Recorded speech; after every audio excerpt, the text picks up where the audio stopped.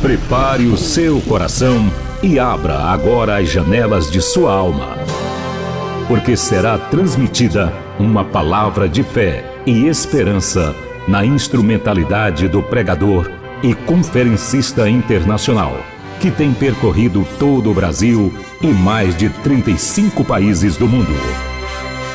Reverendo Genésio Santos.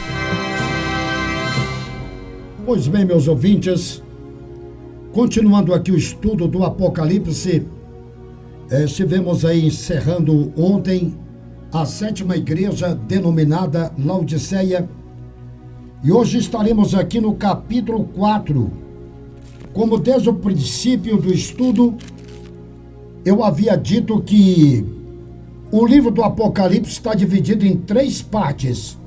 Capítulo 1, versículo de número 19. Escreve as coisas que tens visto, as que são e as que depois destas devem acontecer. As coisas que tens visto é tudo aquilo que está no capítulo 1, a visão de Cristo glorificado na ilha de Patmos, naquela visão que João tivera. As coisas que são é tudo aquilo que contém nas 7 igrejas: Éfeso, Esmirna, Pérgamo, Tiatira, Sardes, Filadélfia e Laodiceia.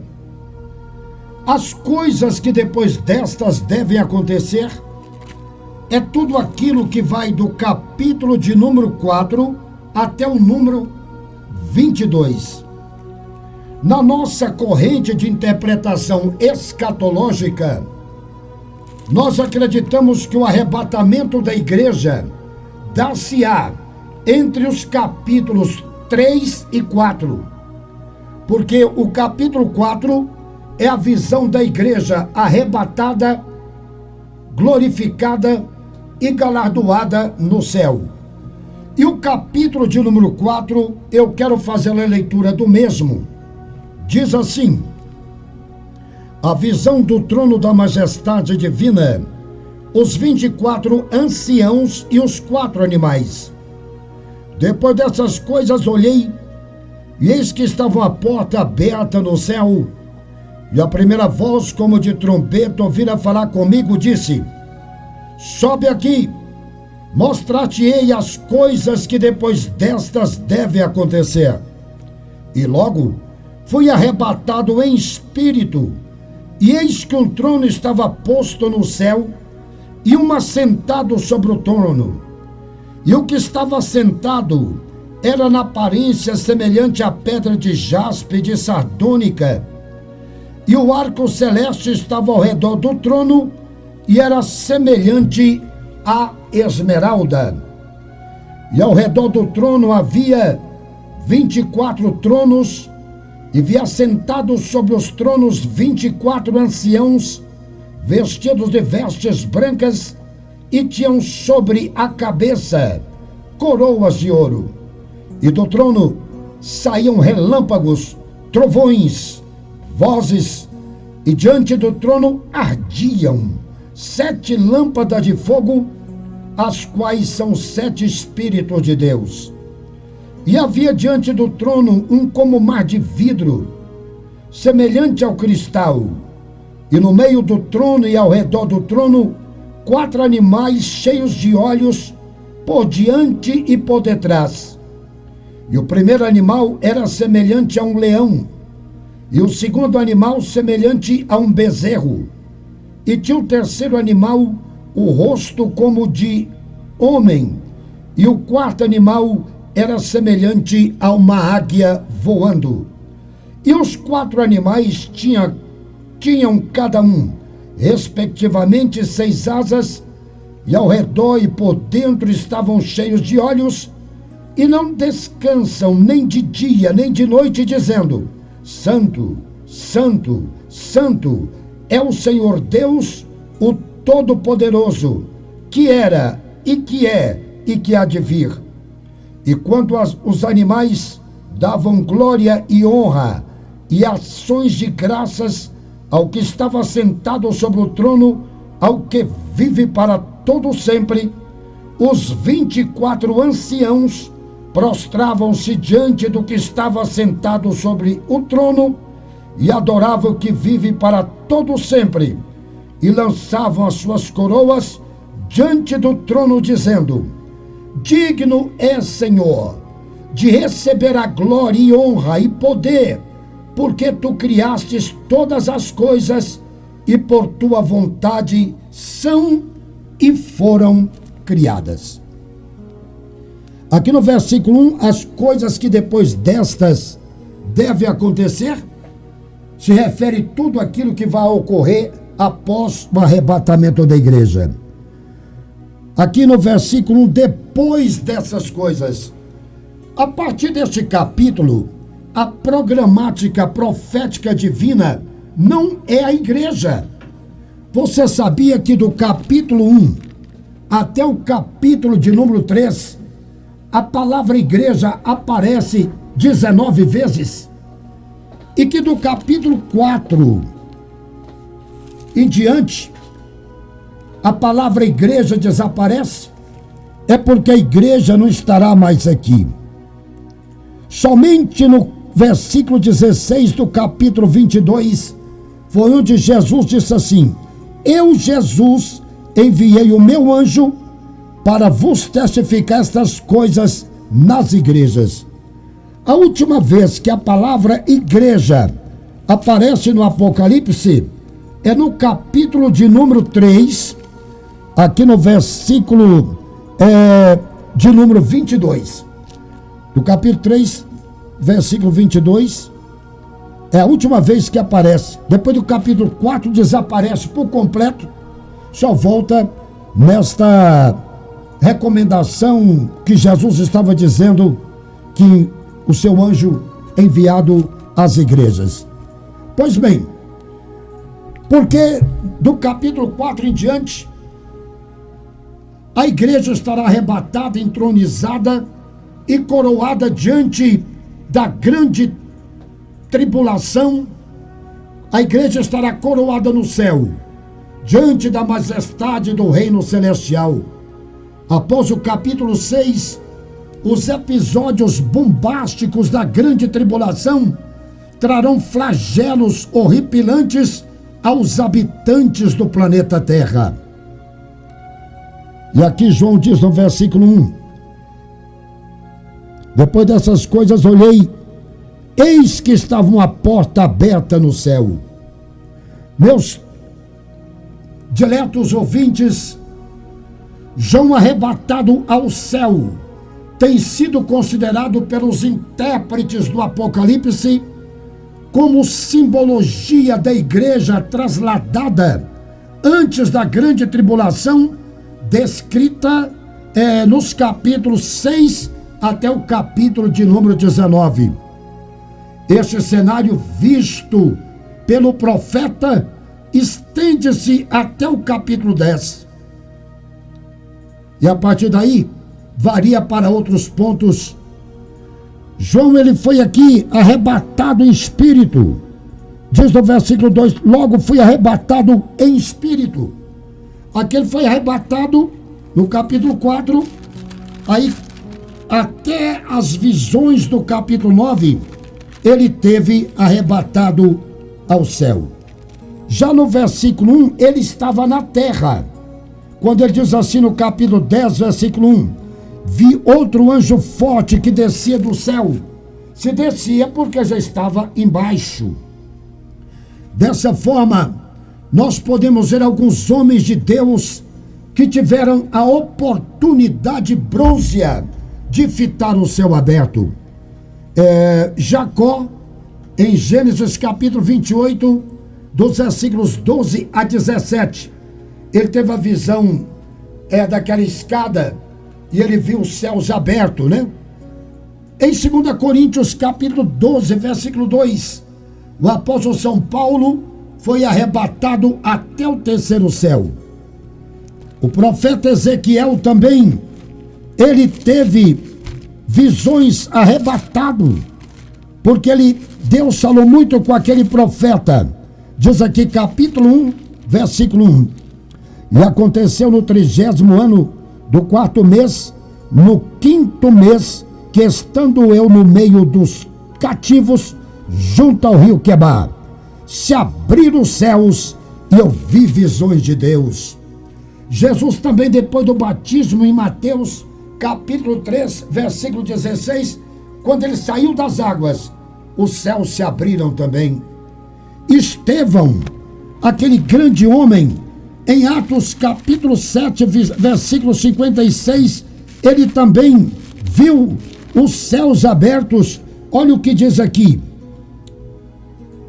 E disse: eis que vejo os céus abertos e o Filho do Homem que está em pé à mão direita de Deus. E João também, ele viu aqui uma porta aberta no céu. Nós encontramos no Apocalipse 3 tipos de portas. A porta do coração, encontramos aqui também essa porta aberta no céu, e encontramos também as portas da Nova Jerusalém. A porta do coração aberta é a chamada a salvação. As portas da Jerusalém fala de acesso para a eternidade com segurança. E já aqui, João vendo uma porta aberta no céu, é a porta da revelação profética. Nós sabemos que esses homens, eles tiveram o apanágio de contemplar as maravilhas celestiais. É também um presente divino para os fiéis do tempo presente, né? João, nessa visão, ele penetrou no céu invisível, muito além da Estação Espacial Internacional e também do moderno espaço sideral explorados pelos astronautas modernos. Somos informados de um avião com motor de foguete. Ele pode ser a primeira aeronave a transportar turistas em viagens privativas ao espaço. Clientes como da Rockplane estão comprando passagens ao espaço no valor de $200 mil. Da decolagem até a aterrissagem dura 45 minutos. Com apenas 70 segundos de impulso, o avião será levado além da atmosfera. Em breve, uma série de turistas poderá desfrutar desta modalidade de turismo inédita. No arrebatamento da igreja, nós iremos além das estrelas, bilhões de anos-luz daqui. Essa viagem será de graça, porque a passagem já foi paga na cruz do Calvário. João, o vidente de Patmos, ele tornou-se um repórter no palácio do rei para narrar as visões do que ocorrerá no céu após o arrebatamento. O Apocalipse faz menção de 3 grandes portas. A porta aberta para as missões mundiais, também Apocalipse 3, verso 8. Porta do coração, capítulo 3, versículo 20. E essa porta da revelação. E também portas pluralizadas da Nova Jerusalém. João esteve no céu por via de um súbito arrebatamento em espírito. Ele pôde obter dessa forma as revelações até o capítulo 9. Ele vê um anjo forte descendo do céu. E aqui, no versículo 1, João ouviu a voz: sobe aqui e mostrar-te-ei as coisas que depois destas devem acontecer. Estas coisas são tudo aquilo que encontramos do capítulo 4 até o 22. Trata-se, por conseguinte, da terceira divisão deste livro, feita pelo próprio Jesus, no capítulo 1, versículo 19, para provar a verossimilidade da doutrina pré-tribulacionista, que afirma que a igreja será raptada antes da grande tribulação. Como eu já disse, a palavra igreja desaparece no capítulo 4. Versículo 2, João diz aqui, no versículo 2, e logo fui arrebatado em espírito, E eis que um trono estava posto no céu. No Antigo Egito, Ísis era o poder personificado do trono. Também entre os hititas, o trono personificado era tido como ser divino. No culto romano aos Césares, eram tributadas honras divinas ao trono, enfeitado com coroa e cetro. Você sabia que o trono de Salomão era governamental e cátedra de juiz, um tipo do trono de Jeová? Como está escrito em Salmos capítulo 9, versículo 8. Esse trono era o local de comando, onde emana todas as diretrizes para o universo. Ele é o símbolo indescritível de uma autoridade máxima e poder. A palavra trono nós encontramos 48 vezes no livro do Apocalipse. Isso a Bíblia corrigida, atualizada, 47. A corrigida encontramos 48. Só no capítulo 4 nós encontramos a palavra trono 14 vezes. Quando a gente lê a Bíblia, nós encontramos 4 tipos de tronos na Bíblia Sagrada. O trono da graça, por exemplo, que fala em Hebreus capítulo 4, versículo 6, é o local de onde procede a misericórdia e o perdão. O trono de Deus em Apocalipse capítulo 8, versículo 3, e aqui no capítulo 4, é o ambiente de sua administração universal e de onde também procederão todos os juízos contra a besta e o falso profeta. O trono de glória referido em Mateus 25, 31 será o local onde Cristo governará sábia e prudentemente o mundo no milênio. E esse trono de glória não estará instalado no céu, mas no Monte Sião, lá em Jerusalém. E também, quando a Bíblia fala do trono branco, em Apocalipse capítulo 20, versículo 21. Ali será a esfera, no final do milênio, de onde provirá sentenças contra os ímpios e os apóstatas da terra. Diz o versículo 3, e o que estava sentado era na aparência semelhante à pedra de jaspe. Essa pedra de jaspe era chamada na língua grega de iaspis. É uma pedra translúcida. Você sabia que o jaspe é mais duro que o aço? E ele é capaz de riscar o vidro?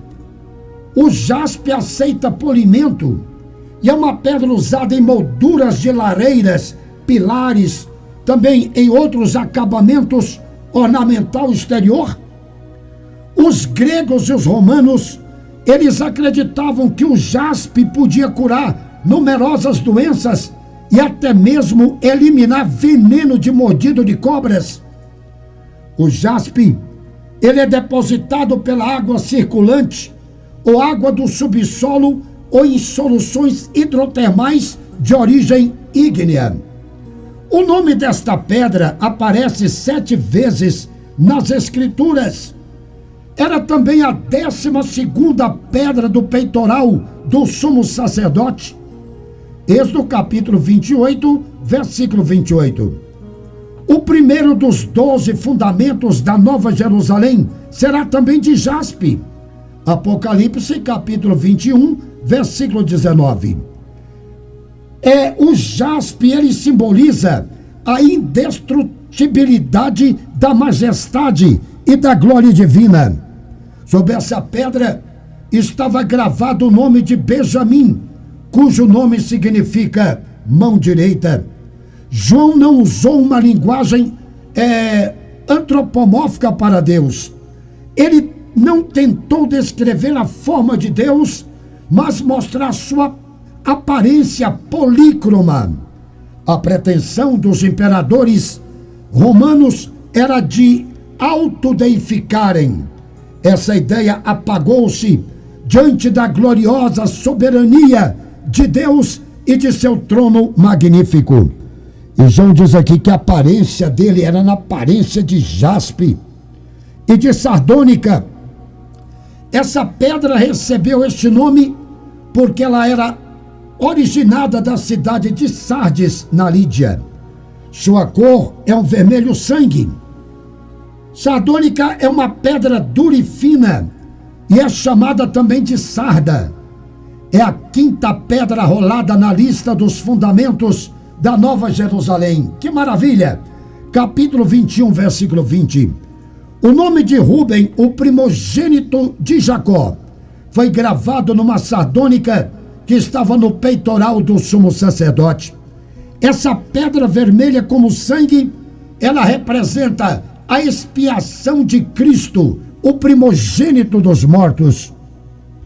E João diz aqui, e o arco celeste estava ao redor do trono e era semelhante a esmeralda. O termo esmeralda aparece 6 vezes na Bíblia. No hebraico, nofek, e no grego, esmaragdino. Essa pedra é um silicato natural de alumínio e de glucínio. É translúcida e aparece um brilho vítreo. É o mais duro dos minerais depois do diamante. Era a primeira pedra da segunda ordem do peitoral do juízo, e nela estava escrito o nome de Judá. Êxodo capítulo 28, versículo 18. Dessa tribo viria o rei Jesus. Judá quer dizer louvor, portanto louvemos ao Senhor com alegria. Ela está contida no quarto fundamento da Nova Jerusalém. Apocalipse capítulo 21, versículo 19. Foi também propriedade que Tiago descreveu. Deus é o Pai das luzes, devido às semelhanças com as pedras preciosas, lustrosas e brilhantes. Tiago capítulo 1, versículo 17. Ele viu um arco-íris da cor semelhante à esmeralda. O arco-íris precedendo os relâmpagos e os trovões, lembram-nos de que a graça antecede o juízo apocalíptico. Geralmente, o arco-íris vem depois da chuva, depois da tempestade, mas só que esse arco-íris é que vem antes, porque a graça vem antes do juízo, né? O perdão vem antes da condenação eterna. A cor verde fala da esperança em meio a um julgamento baseado na fidelidade de Deus, que fez uma aliança com os seres humanos. O arco celeste circundava o trono e não uma auréola sobre o entronizado. É de um verde vivo e não multicolor. A forma circular do arco celeste é o próprio significado do céu. A cor esmeraldina não cansa os olhos do espectador, ou seja, daquele que olha. Uniformemente, não nos cansamos de contemplar, de arrostar o arco da esperança de Deus. Enfim, esse arco indica que Deus é fiel em sua administração em relação à humanidade. Versículo 4. E ao redor do trono havia 24 tronos. Meus queridos, ele viu aqui 24 anciãos. Esses anciãos constituem a somatória dispensacional das 12 tribos de Israel, com os 12 apóstolos representando os salvos de todas as épocas. Os anciãos estavam assentados, o que denota posição honorífica, intimidade. Na carta à igreja de Laodiceia, Jesus prometeu dar tronos para que os vencedores pudessem assentar. As vestes brancas fazem-nos lembrar da justiça. Apocalipse capítulo 19, versículo 8. O número 24 equivale às 24 ordens sacerdotais que Davi instituiu para servir no templo. 1 Crônicas capítulo 24, versículos 1 a 19, ali ele instituiu 24 turnos de sacerdotes para servir no templo. Os que estavam assentados não são seres angelicais, porque em todo o cânon sagrado não os encontramos entronizados e nem coroados. Os tronos e a razão de estarem vestidos de branco mostram que são sacerdotes reais, e as coroas evidenciam reinado. E ele nos fez reis e sacerdotes. Está escrito em Apocalipse capítulo 1, versículo de número 6. Diz o verso 5: e do trono saíam relâmpagos e trovões e vozes. Essas manifestações estrondosas são prenunciadoras das grandes tempestades e turbilhões. Esses fenômenos são indícios da onipotência divina no afã de trazer juízos aos opositores da verdade no período da grande tribulação. O trovão, ele surge quando o ar é aquecido instantaneamente, quando a carga elétrica de um relâmpago passa através dele. O calor provoca a expansão das moléculas de ar, ou a sua explosão em todas as direções.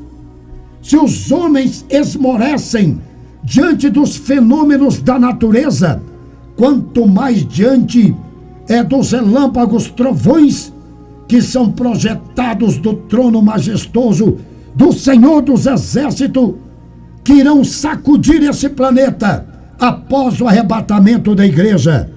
Esses portentos que são emanados do trono anunciam que o tempo da paciência de Deus encerrou-se e que o juízo começou.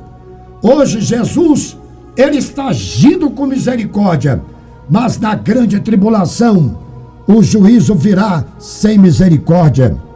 Prosseguindo aqui o santo profeta, ele diz no versículo 5: e do trono saíam relâmpagos, trovões e vozes.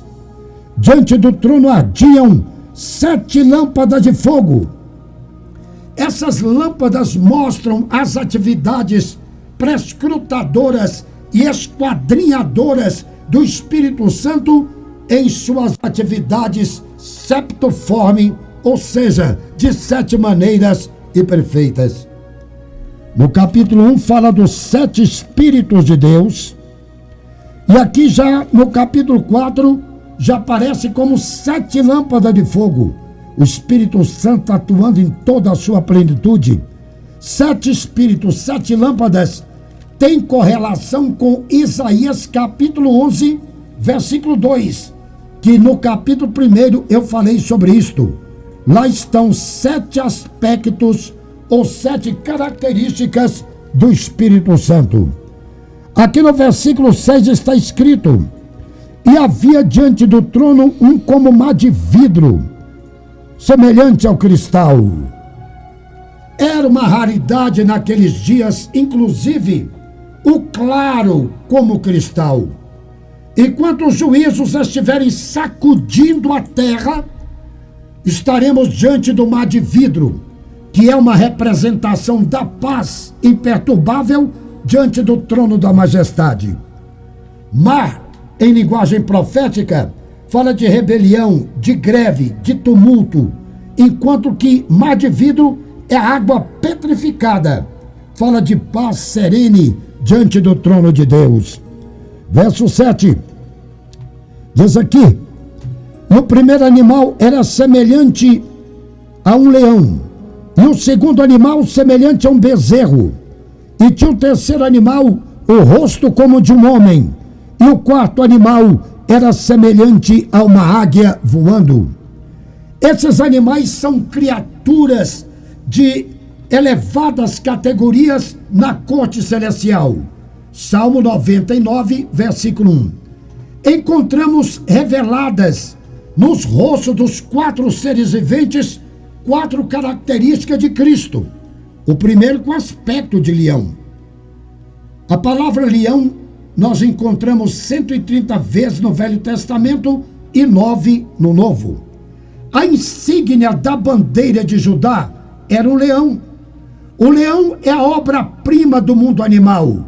É grande, é forte, é o mais famoso da família dos felinos. Isto representa a supremacia de Cristo em todos os aspectos, como a sua grandeza, sua fortaleza, a fama do seu nome. Deparamos aqui com a majestade e a realeza de Cristo. O segundo querubim, tipo de uma mistura com serafim, o segundo aparece com o rosto de um bezerro. Aquela Bíblia chamada famosa tradução brasileira usa a palavra no lugar de bezerro, novilho. Era usado nos sacrifícios e nos trabalhos pesados na agropecuária hebraica. A primeira letra do alfabeto hebraico é Aleph, significa boi, e o valor numérico é 1. O boi é o símbolo do sacrifício, da força e da paciência de Cristo. O terceiro animal tinha o rosto como de um homem. O homem é o animal racional, bípede e mamífero, que ocupa o primeiro lugar na escala zoológica. No idioma grego é chamado de antropos, que significa aquele que olha para cima. Podemos ver nesta figura a inteligência de Cristo, Cristo, filho do homem. O quarto animal tem o rosto semelhante a uma águia voando. A palavra águia no hebraico, nesher, no grego, aetos. A águia pertence à classe aves da ordem falconiforme, da parte da subfamília Butelninae e na família dos gaviões, Accipiteidrae. O termo águia é citado 33 vezes na Bíblia. A primeira em Êxodo capítulo 19, versículo 4, e a última vez em Apocalipse capítulo 12, versículo 14. A águia voa 300 km por hora, vive até 70 anos. Ela enxerga uma presa a 10 km de distância. Nesta figura, aqui no Apocalipse, podemos ver a rapidez, a visão e a celestialidade de Cristo. Versículo 8, diz assim: e os 4 animais tinham cada um, respectivamente, 6 asas, e ao redor e por dentro estavam cheios de olhos, e não descansam nem de dia nem de noite, dizendo: Santo, Santo, Santo é o Senhor Deus. As 6 asas demonstram a ligeireza que esses animais eles têm para deslocamento, que é exercida em anunciar as execuções do juízo de Deus. Os 2 querubins sobrepostos nas 2 extremidades do propiciatório da arca, no Santo dos Santos do tabernáculo mosaico, tinham 2 asas cada um. Êxodo capítulo 25, versículo 20. E os querubins vislumbrados por Ezequiel tinham 4 asas cada um. Ezequiel capítulo 1, versículo 6. Eu acredito piamente que esses seres são uma combinação de querubins com serafins, com olhos por diante, por detrás. Dá a entender que eles têm uma visão penetrante e multilateral. Santo, Santo, Santo é o Senhor. Eles cantam ininterruptamente, de dia e de noite. Devemos aprender com esses seres viventes a incansabilidade de louvarmos e adorarmos a Deus aqui na terra. Os pagãos da cidade de Éfeso aclamaram a deusa Diana ou Artemis por um espaço de quase 2 horas sem parar. Atos 19, versículo 34. Os 4 animais apresentam nesse cântico uma composição que enaltece a santidade de Deus. E quando nós chegamos aqui ao final, diz aqui versículo 10, e os E versículo 10. E os 24 anciãos prostravam-se diante do que estava sentado sobre o trono e adoravam o que vive para todo sempre e lançavam as suas coroas diante do trono, dizendo: digno é o Senhor. E aí continua. As coroas, para concluir aqui, expressam a glorificação da igreja diante do trono de Deus. Os cristãos atuais só pensam em serem coroados. A rainha Vitória da Inglaterra afirmou: eu gostaria de estar viva na volta de Cristo, para que eu pudesse depositar aos seus pés a coroa da Inglaterra. Vamos adorar a Deus e servi-lo. Brevemente seremos arrebatados. Num abrir e fechar de olhos, deixaremos esse planeta e adentraremos as mansões celestiais. Ali não haverá choro, não haverá dor, não haverá clamor, nem sede, nem noite. Estaremos ao lado do nosso fidedigno amigo, que deu a vida por nós na cruz, Jesus. Prepare o seu coração, abre a sua alma agora e seja abençoado. Pare aonde estiver. Nem tudo está perdido. Ainda resta uma esperança. Chegou o momento da oração, da fé, com o reverendo Genésio Santos. Deus eterno e maravilhoso, acabei de transmitir a tua palavra sob a égide do teu Espírito, na inspiração da tua palavra, que é vida profunda. Tua palavra é espada, é martelo, tua palavra é mel. Pai, quero nesta hora te agradecer por todas as bênçãos recebidas, pela transmissão do capítulo 4 do Apocalipse, que mexe com a mente e com a alma da gente. Quero te apresentar o meu irmão que está fraco, desanimado, que não tem prazer de ir à tua casa, que não ora mais, que não lê a Bíblia, perdeu a esperança, mas que ele volta a sentir de novo aquele calor de comunhão contigo, com teu Espírito, aquele que está desviado, afastado, que ele volte para a tua casa. Visita esse que está enfermo agora, quero vê-lo curado. A irmã Gorete do Rio Grande do Norte pedindo oração pela cura. Oro pela Dulcineia de Brasília, que tem sofrido muito, cure a tua filha. Também pelo Victor e o Igor, filhos do Franquito, que me pediu oração. Vem abrir as portas, vem abençoá-los, em nome de Jesus. Amém. Meus ouvintes, muito obrigado pela paciência. Passamos 5 minutos, mas aqui a rádio é nossa, está à disposição. Nós não abusamos do horário, porque o Leandro também tem outras ocupações aqui dentro da empresa. Toma conta geral do marketing. Às vezes, até a hora que ele está aqui, passa muita gente aqui atrás dele, precisando de material.